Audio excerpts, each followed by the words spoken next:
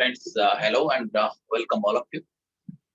In our previous few sessions, we have been discussing about corporate taxes. We have already understood what is the meaning of corporate. We know the company taxation is little different from individual taxation. That idea we are already having. Today, our objective is to learn basic computation, how one will be able to compute taxes for companies. That's what we are going to learn today. I'm going to share the file with you right now. Let me share the screen.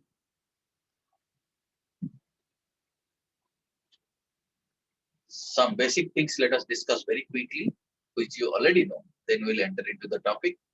What you already know is that you know about the scheme of taxation in your initial classes. We have discussed this concept that every person whose total income of the previous year exceeds the maximum amount which is not chargeable to tax is an RCC and is chargeable to income tax at the rate or rates prescribed in the Finance Act for the relevant assessment year. This concept we already know. What is chargeable to tax is the total income is chargeable to tax. So when we are talking about corporate entity, we need to find out what is the total income of the corporate entity. That's also called as taxable, total taxable income. We need to find it. And also we already know the meaning of person. Corporate or company is a person. Okay, there are other category of persons are also there, but company is a category of a kind of person. So that company's total income needs to be computed, and total income for the previous year needs to be computed. We already know the concept of previous year and assessment year. Okay. Now, friends. Now coming to, or you already know when I say that income, what is taxable is, or a person's income is taxable. Various kinds of persons are there, like individual, HUA, farm, AOP, BOI, company, local authority, artificial physical person. So we are talking about this company's taxation now, right? And also this concept also we know it is the total income which is taxable. That means gross total income minus deductions, so we'll be getting total income, and that total income will be charged tax. And how to arrive at the total income? First, before coming to gross total income, one need to aggregate the income generated from various sources.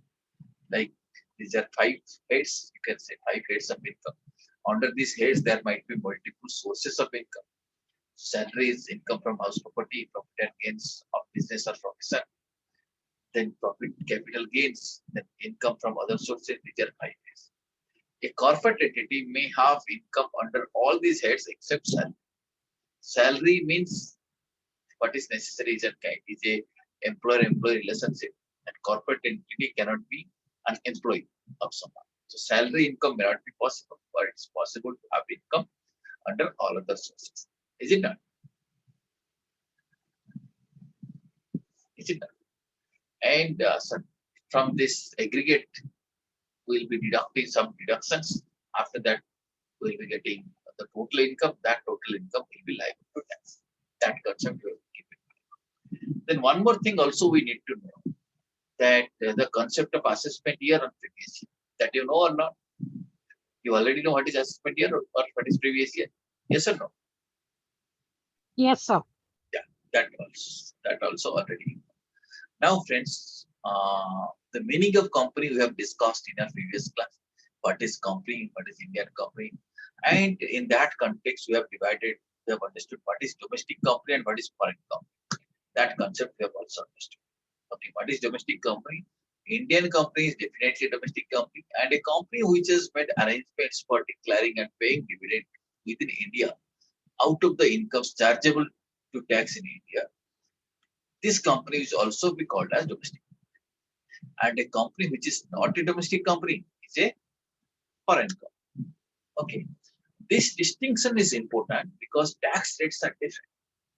Domestic companies pay tax at a different rate, foreign companies pay tax at a different rate. Therefore, we need to distinguish between these two. Okay, right. If you look at the definition of what is domestic company, it is provided in section 222A.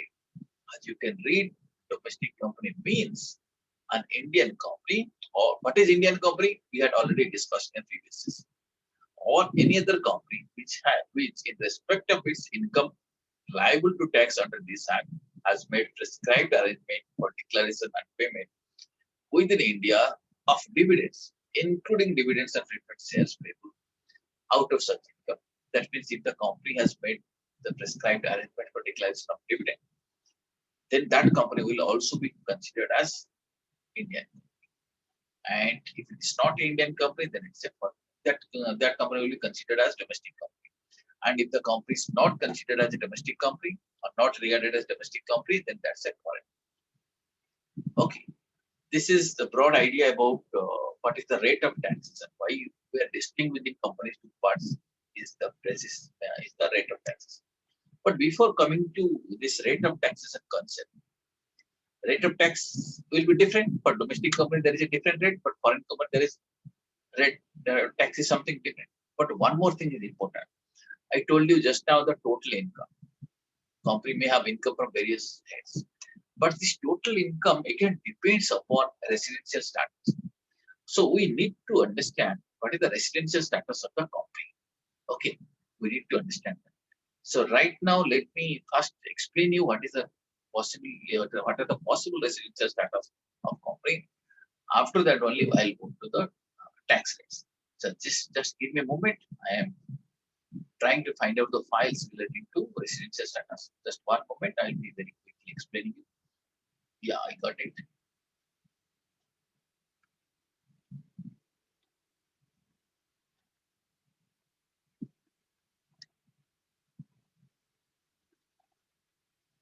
We'll be learning residential status for companies, other individuals, etc. If you want to learn, there are few videos on residential status in our YouTube channel. You can find it out. But right now we are learning about residential status of company only.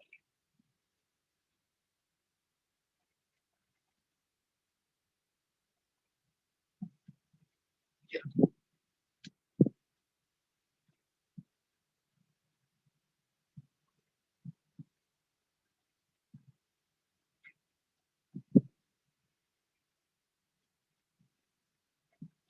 Are you watching the slide now? Yes, sir. Visible. Now you see. Yes, sir. So far as companies are concerned, there are two possible residential statuses. Two kinds of statuses are possible. Number one, what is the first type? Can you tell me? Yes. This is one type of residential status. This is one more type of residential status. So one is resident in India or non-resident in India. Meaning the company can be either resident or non-resident. There is no third option. Is it not? Yes or no? Yes, sir. Yeah. But whereas in case of individuals and HUF, there is a third possibility. One that is resident but not ordinary resident. So individual and HUF, there is a possibility that they may become resident and ordinary resident. Resident but not ordinarily resident, and third one is non-resident. Three possibilities are there. But so far as company is concerned, there are only two possibilities. One is resident in India, second one is non-resident in India. And what is that company which is resident in India? An Indian company.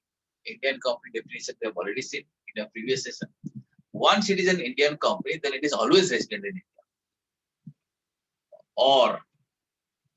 Or during previous years, its place of effective management at any time is in India.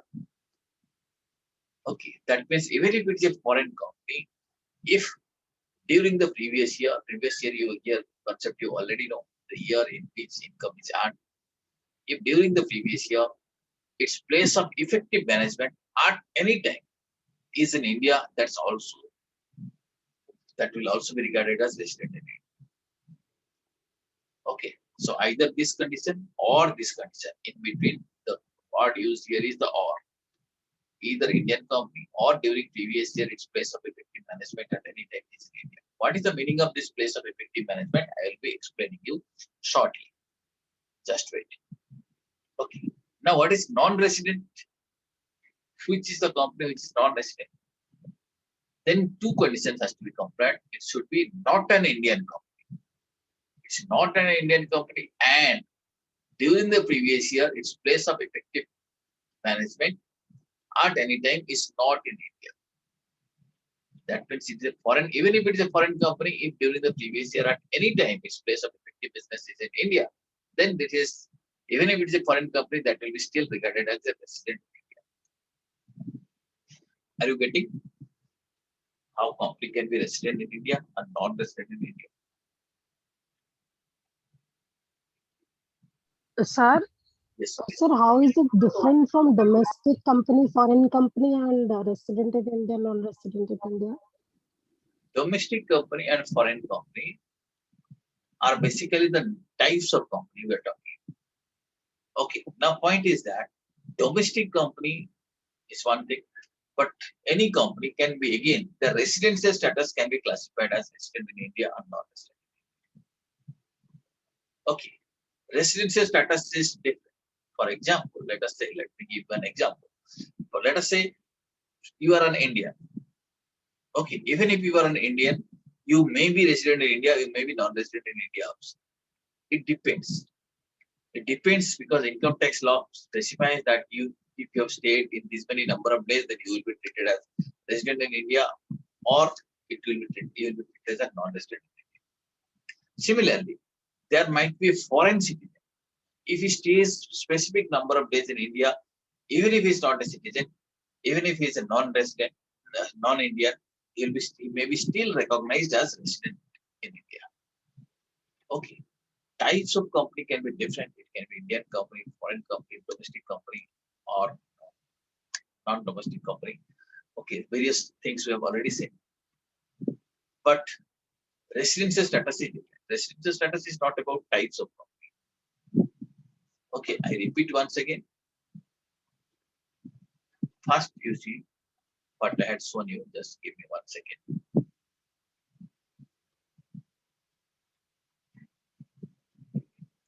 Now you have understood what is domestic company and what is foreign company. Sorry. Yes, sir. I think you are not what. I think slides are not being shared. Just 1 second. Let me share the slides first.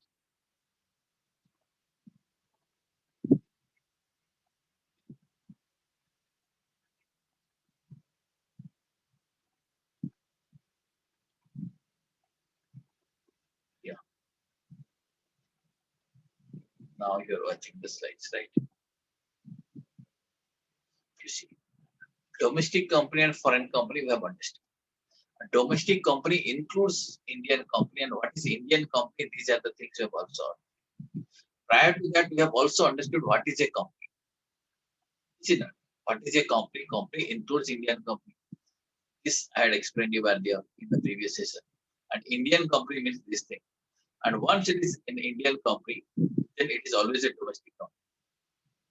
Okay, if it is, and all non-domestic companies are foreign companies. Okay, company which is not a domestic company, it's a foreign.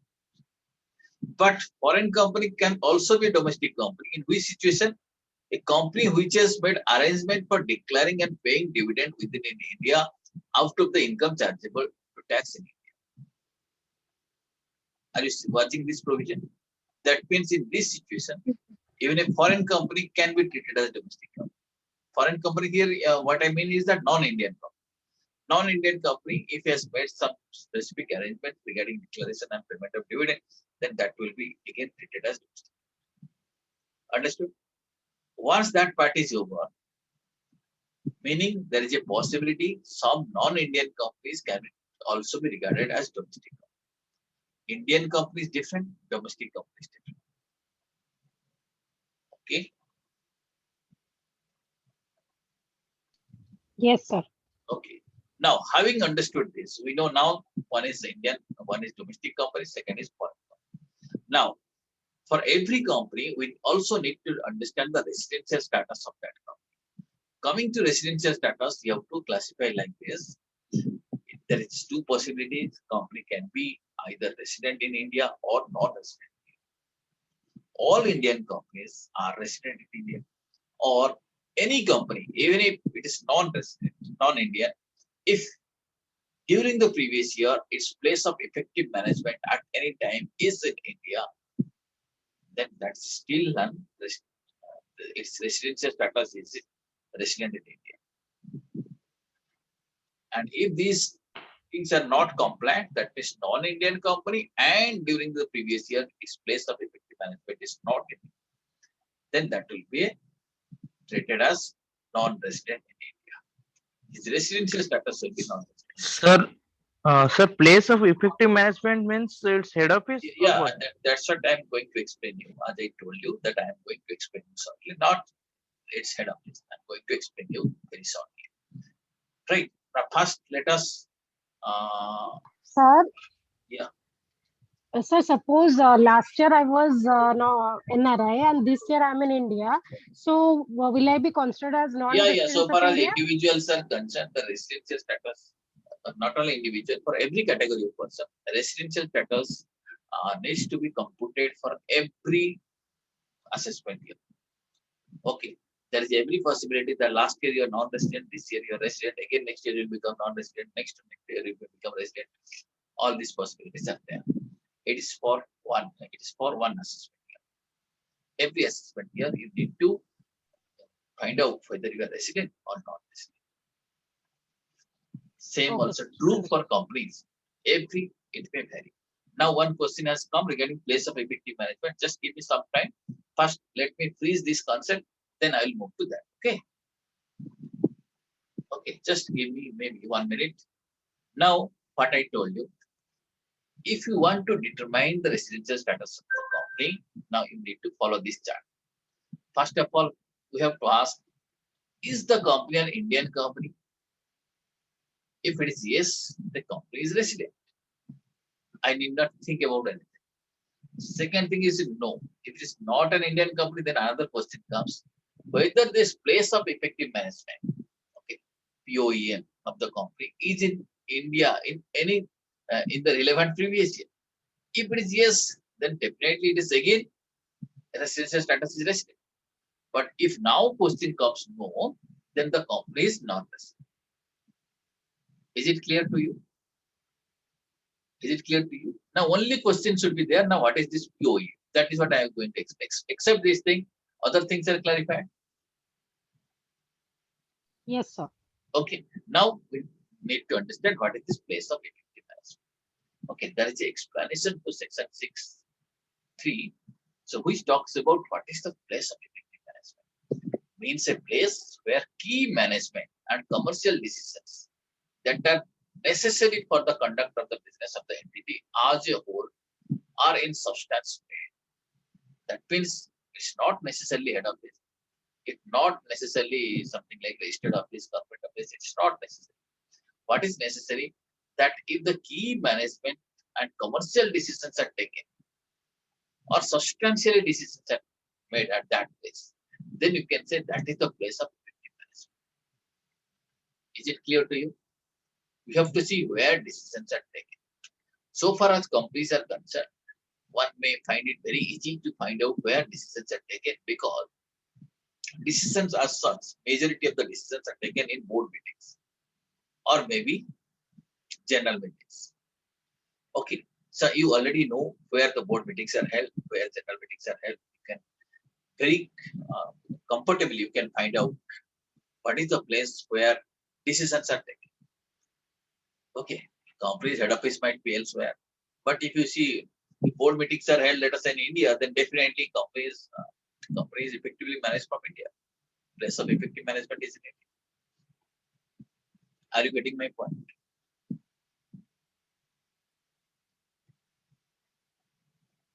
Is it okay?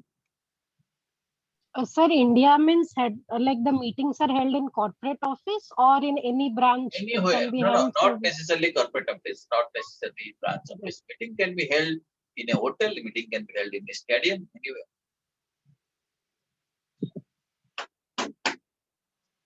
Okay. So, but if it is Sir, yeah, sir, yeah, just one doubt, sir. yeah, Sir, in most of the MNCs, the board members, it happens that they may be from different countries. So yes, they generally in the board meeting they join through web only. So yes. it should be the office where the meeting is being conducted. That should be the criteria for deciding or what, sir? Because You have, persons may be from. Yes. Suppose in that case, that kind of situation, let us think of a practical solution. That, in fact, the question you are asking, there is no specific clarification on that thing, but you can safely see where that VC, that the video conferencing is monitored, controlled. You can say meeting is held at that place. Other people are joining from that place. Okay. Suppose your company secretary and is monitoring the board meeting from one particular place. That means video conference is conducted from that place. Are you getting? So you can say Yes, sir. decisions are taken at that place. Are you getting? Yes, sir. Yes, sir. Okay. Any other query?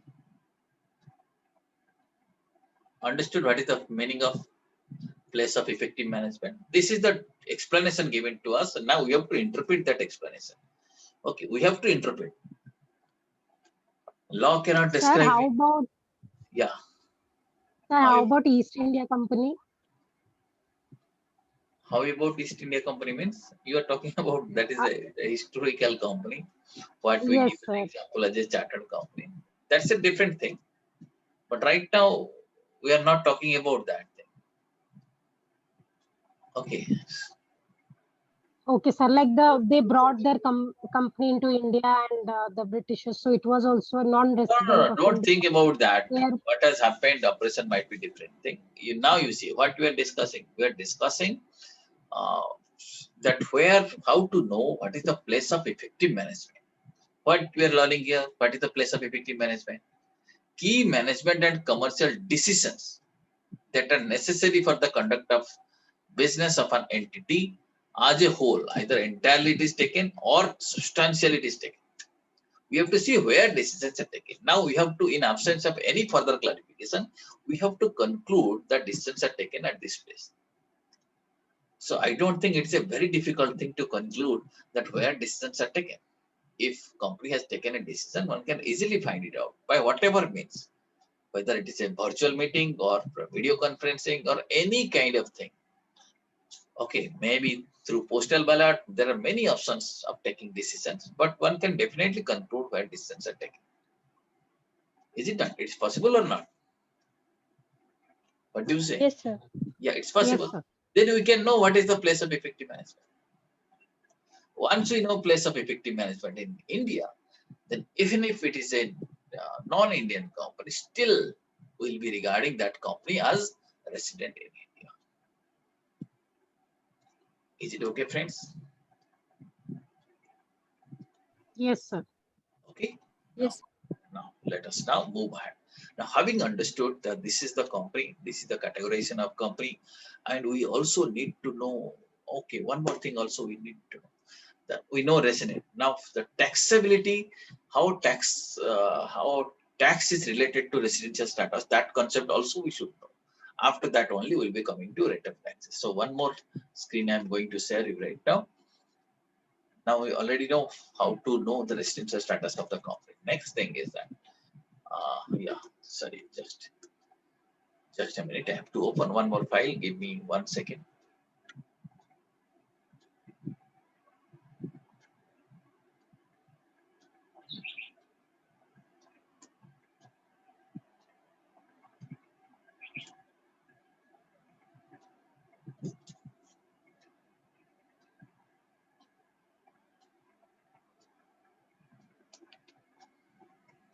Just give me 1 second. I'm very quickly opening that file.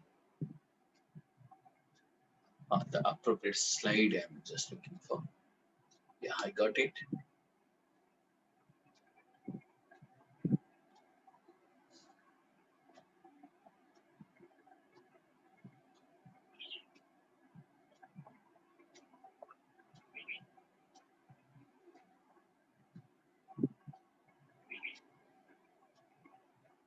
Yeah, are you watching this slide? Yes, sir. Now you know. A company can be resident or non-resident. The resident but not ordinary resident is not applicable to the company, so don't look at the middle column. So if middle column is not relevant for us right now. So if the company is resident, then what is taxable? Any income which is received in India. any income which is deemed to be received in India, any income which accrues or arises in India, any income which deemed to accrue or arise in India, all these four kinds of income are taxable to all resident company, and also the same income is also taxable to non-resident. Okay, that means irrespective of residential status, these four category of income is always taxable.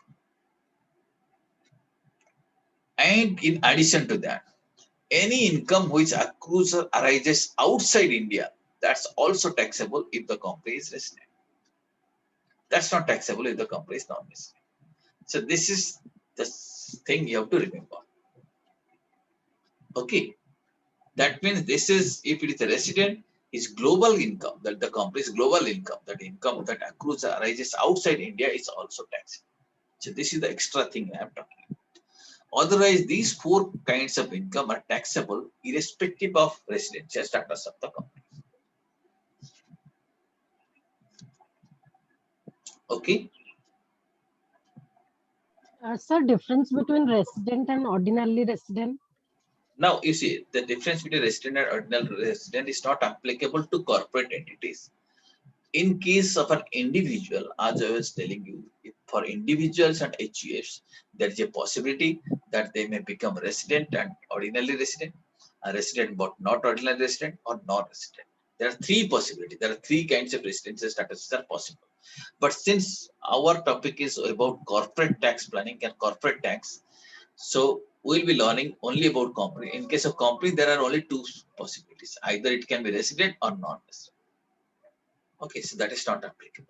But still, if you want to know, in our YouTube channel, you can find out videos on residential statuses. It explains everything for all kind of persons, individuals, HUF, AOP, BOI. Entire concept of residential status is explained here. But today we'll restrict our discussion to the corporate entities only. Okay. Okay, sir. Okay, fine. So now, if you have some query here, you may ask. Any income which is received in India, deemed to be received in India, accrues or arises in India, deemed to accrue or arises in India. All these things, four category of incomes are taxable to residents as well as to non-residents. And if the company is resident, then one more thing is taxable. What is this? Income which accrues or arises outside India. That means foreign income will also be taxable. So this you have to remember here. Okay. Now quickly, let me explain you what is the meaning of received, deemed to be received, accrues, arises, deemed to accrue, arises, so that you can get some more clarity on these topics. Okay. This slide is understandable? Yes, sir. Okay. Now, next concept I'm telling you.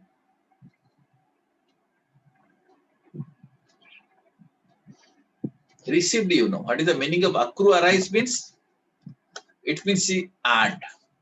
Even if income has been received, income has not been received, there is a possibility that income might have been earned.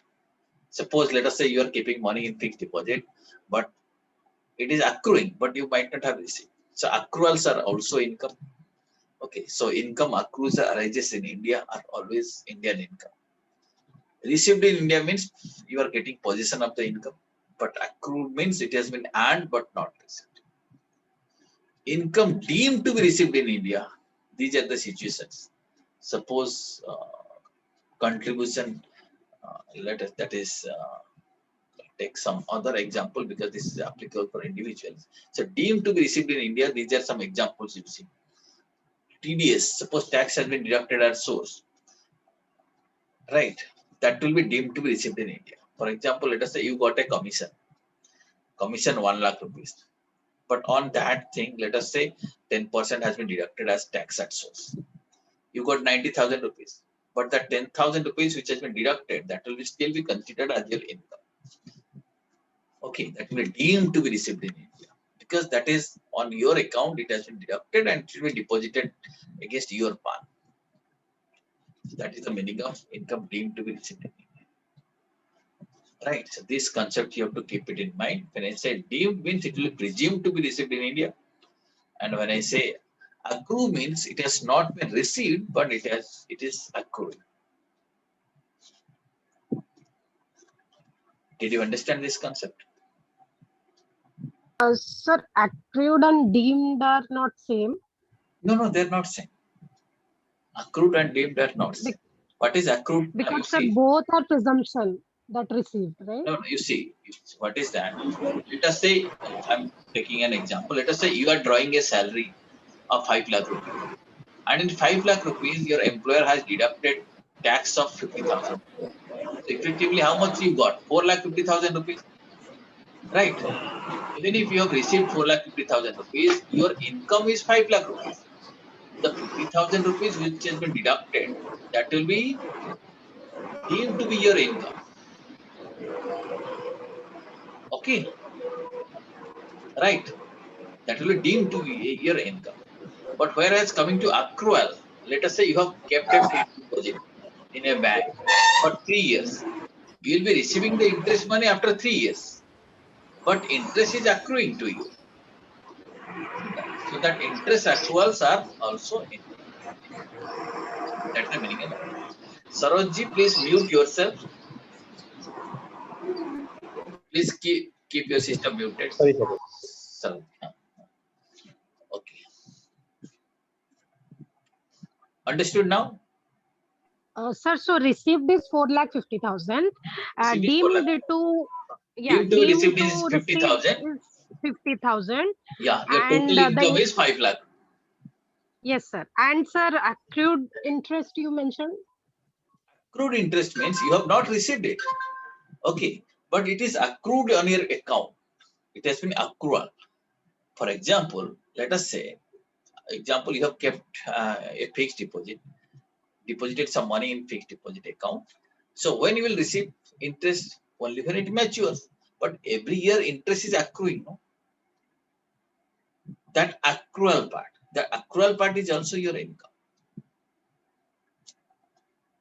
Yes, sir. Like the PF thing, the employer also Yes, does, and we yes. also contribute. Yeah. Okay, sir. Understood. पूरा बेसन बनाते से diamond से पर कटा है तो Chiranjeevi ji, please keep your system muted.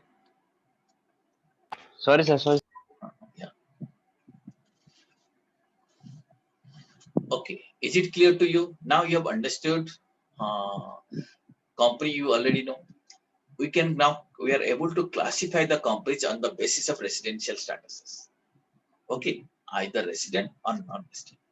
Now we have also understood that if the company is an Indian company, then its entire Indian income is taxable. Whether it is received, deemed to be received, accrued, everything is taxable. And in addition to that, his global income is also taxable if the residential status is resident. But whereas if the residential status is non-resident, then only Indian income will be taxable, but foreign income will not be taxable in India. That is the concept we have understood so far. Is it okay? Any query Yes, you have? No other query? Okay, fine. Thank you. Now, friends, we'll take a break right now. We'll again catch up after 5 minutes. We'll be understanding the other concept, that is rates of taxes for companies. Okay, going for a short break now. Thank you. Okay, sir. Thank you. Thank you.